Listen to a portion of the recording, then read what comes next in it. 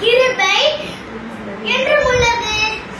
சங்கீதம் 136:23 கர்த்தர் எனக்கு செய்த எல்லா உபகாரங்களுக்கும் அவருக்கு எண்ணத்தை செலுத்துவேன்.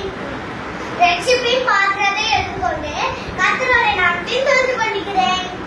Psalm 116:12-13 கர்த்தாவே என் வாய்க்கு காவல் வையும், என் உதடுகளை வாசலை காத்துக் கொள்ளும். Psalm 141:3